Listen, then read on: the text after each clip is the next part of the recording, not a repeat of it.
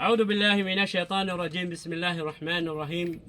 الحمد لله رب العالمين والصلاة والسلام رسول الله الكريم.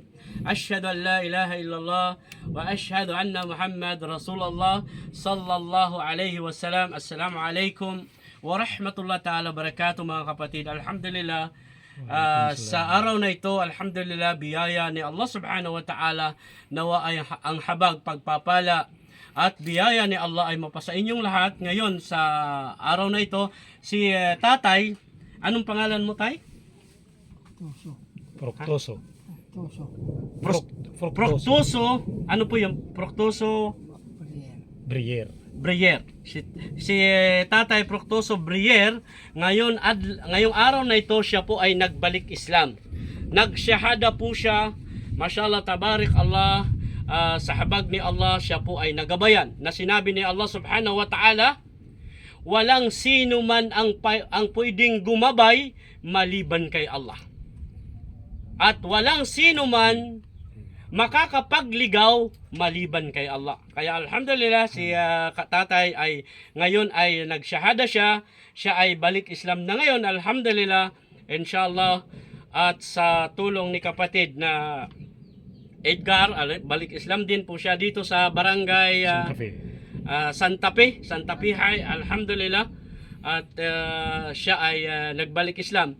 At dito po ang kanyang anak, si Sister Lodi. Nung isang araw po, ito po siya ay yung naunang mag-Muslim nung isang nakaraan araw. Ito ay pinost na ni kapatid Brother Edgar sa kanyang vlog. Inshallah, nawa po ay panoorin nyo ang kanyang vlog ni kapatid na Edgar at i-share nyo po.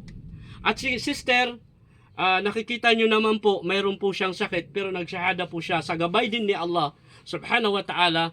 Hindi po namin ito inisip na mangyayari, pero dahil napunta kami sa lugar na ito nang hindi sinasadya, alhamdulillah, dinala kami ni Allah subhanahu wa ta'ala para maigabay si Sister at ang kanyang ama.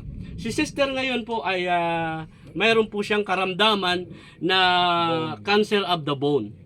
Ang kanyang paa po ay namamagana. Actually, mayroon na pong butas.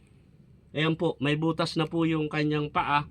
At inshallah, kami po ay nananawagan mga kapatid sa Islam or kahit na hindi Muslim, sino man po ang nakakapanood nito dito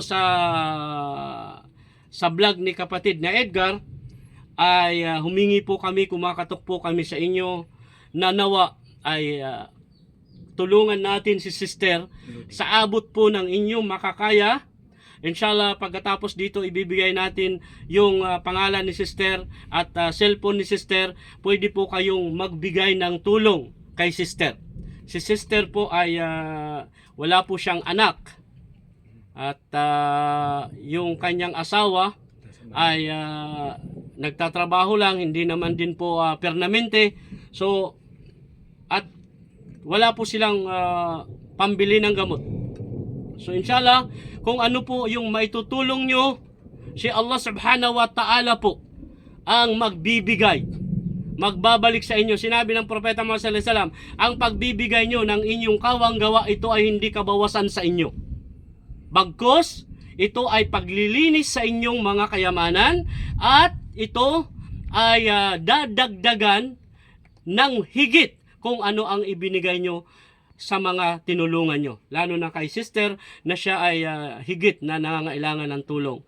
Nawa ang biyaya ulit, pagpapala ni Allah subhanahu wa ta'ala ay sumainyong lahat mga kapatid.